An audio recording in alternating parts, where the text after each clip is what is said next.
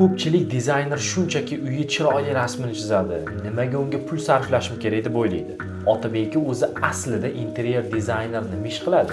Farruh san aytayotgan chiroyli ko'rinadigan rasm aslida bizning ishimizni atiga 5% qismini tashkil qiladi xolos. Hozir men senga dizayner o'zi nima ish qiladi, nima uchun u bilan ishlash kerakligini birma-bir tushuntirib beraman. Birinchidan dizayner sizni hayotingizni to'liq o'rganib chiqadi. Nechta kishisiz, qanaqa yashaysiz, odatlaringiz qanaqa, kelajakdagi rejalaringiz qanaqa va shundan kelib chiqib, aynan sizga mos va qulay uy loyihalaydi. Ikkinchidan u ko'rinmas narsalarning hisobini oladi. Yorug'lik qayerdan tushadi, xonalar qanaqa joylashadi, havo qanaqa aylanadi, elektrika, santexnika qanaqangi o'rnatiladi. Bularning hammasini dizayner uyga moslab qilib beradi. Uchinchi eng muhimi dizayner pulingizni tejaydi. Xatoni qog'ozda tuzatish oson va tekin. Betonda tuzatish bo'lsa sizga juda ham qimmatga tushadi. U qayerga sarflash, qayerdan tejashni biladi va dizayner o'zi olgan puldan ko'ra ko'proq sizga tejab beradi.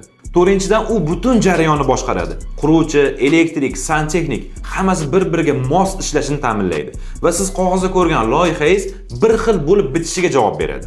Xullas siz dizaynerga rasm uchun emas, balki tejalgan pul, yillab davom etadigan qulaylik va xatosiz natija uchun to'laysiz. Shuning uchun ham dizaynerdan umuman pul ayash kerak emas. Bu videoni shu yil qurilish qilaman degan tanishingizga yuborib qo'ying.